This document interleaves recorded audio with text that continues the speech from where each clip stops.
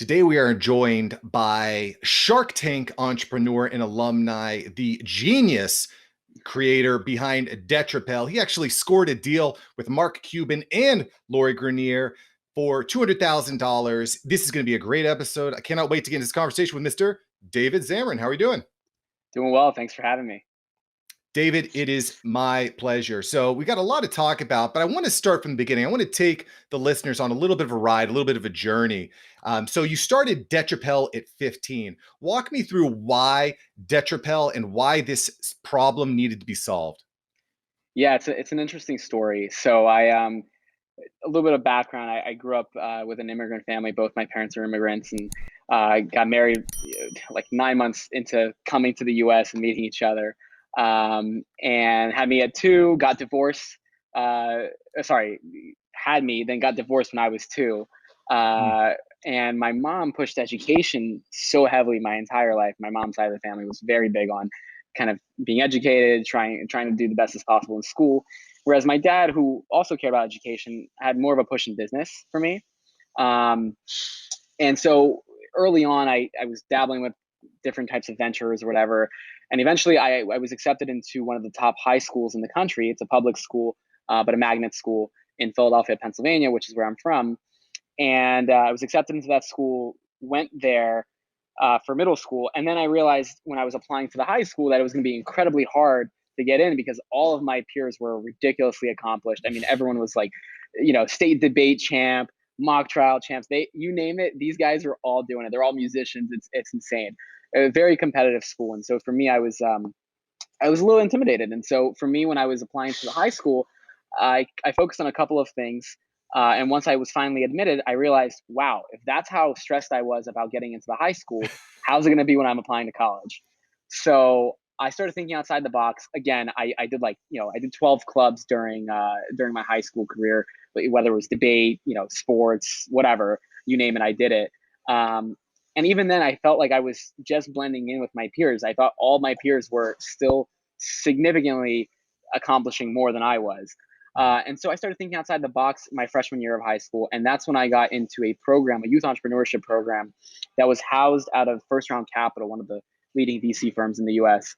Um, it wasn't associated with with First Round, but it was in their facility and under the guidance and mentorship of many different people within the University of Pennsylvania, Drexel University, and just overall VC community in Philadelphia. And so I got a ton of exposure. I was the youngest kid in the program. I was the only non-senior, but I think I took it the most seriously. I really enjoyed the program. I thought it was my calling. I had other business ventures leading up to it, but I really realized that my passion was for entrepreneurship and not law as I thought so previously. And that's kind of when my entire path changed.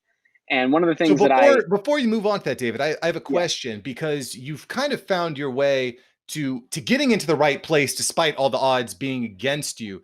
Do you attribute that to, before we move on to the second part here, do you attribute that to just dumb luck or to hustle or to strategy? How did you actually get into these programs where, I mean, by all standards, maybe didn't have any business being there, right? sure. Yeah, no, great question. Hustle is definitely, I mean, I think the number one thing that led me to where I was. Um, and on one hand, I believe in luck, and the other hand, I don't. Where I believe there's premeditated luck. I think every Yeah. situation that you put yourself in, though it can be lucky, you've put yourself in that situation. So, I think maybe the fact that I was the youngest person applying was an interesting aspect for the program. I also think that me having previous business ventures, I made 10 grand in one summer when I was a fifth grader, which was my first real business.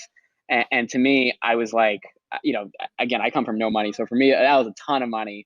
And for a fifth grader in general, it's just a ton of money that I didn't know what to do with. And so, um, I had a little bit of experience, but nothing crazy at all.